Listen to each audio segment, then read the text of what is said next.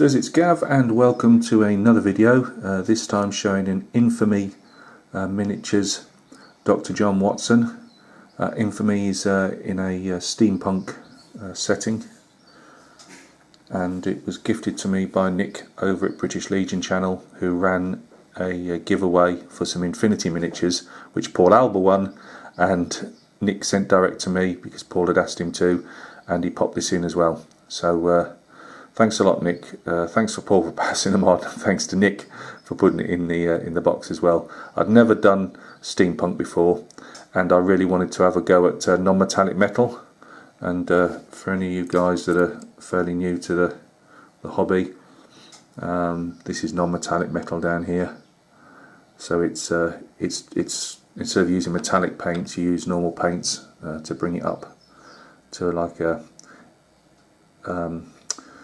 not an exact finish of obviously metal, but you tend to get the gist of what I'm trying to say. Lovely figure. There was hardly any mould lines on.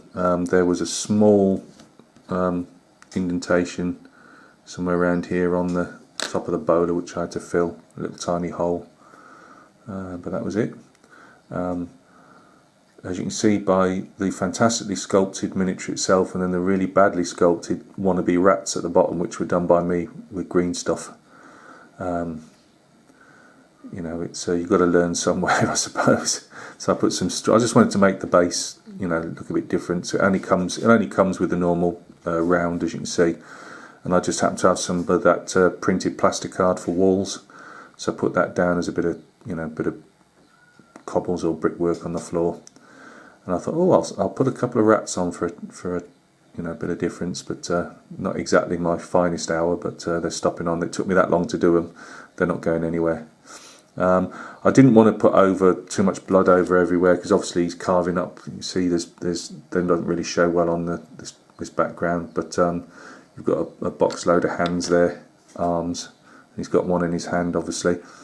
I wanted to do the flesh in the hand really like dead.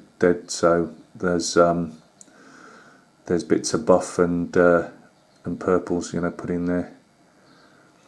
Let's see if we can get close up. I doubt it's going to work for me. Oh, you never know. It's got even little things. I don't know if you can see it with the lights and that, but you know, he's got scissors there which are poking out through a hole in the bottom, and then you've got ears on here as well. Now I didn't want to put them look too dead looking, because they, like the hands at the back, they blend in into the cape too much.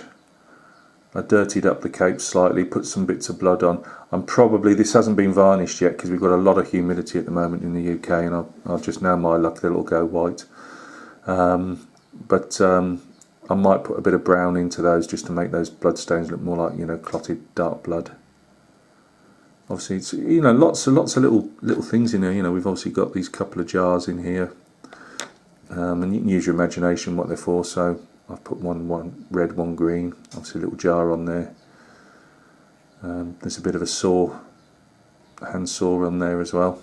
I didn't want to put the cutting wheel type thing, as then with blood dripping off it and all the rest of it, because I just think it's a gaming piece, and you're going to end up. It won't look clean enough for me on the table, if that makes sense. I may have over highlighted the trousers here in places. I'm not 100% on those either, but I think I'll leave those as it is. I was a big fan of Ripper Street, and I noticed that the Edwardians in late Victorian times, they wore actually some quite bright clothes, so I thought, sod it, he can be quite bright. I've done a tiny bit of OSL, but I didn't want this to be too overpowering, like you know, like on a power sword or something like that. So I've just done a bit of OSL there and a tiny bit under the arm.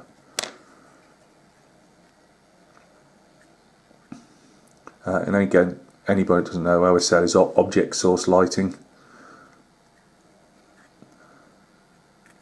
So thank you very much for taking a quick look at my John Watson here. Again, thanks again for letting me have him, Nick. It was a pleasure to paint this. I really enjoyed it. And he's just going to wait for a couple of coats of varnish now, but we'll just have to probably wait for a few days. So thank you very much for stopping by and taking a look and listening to me ramble. Hope everything's going well with you guys, and I will catch you again on another video. Cheers.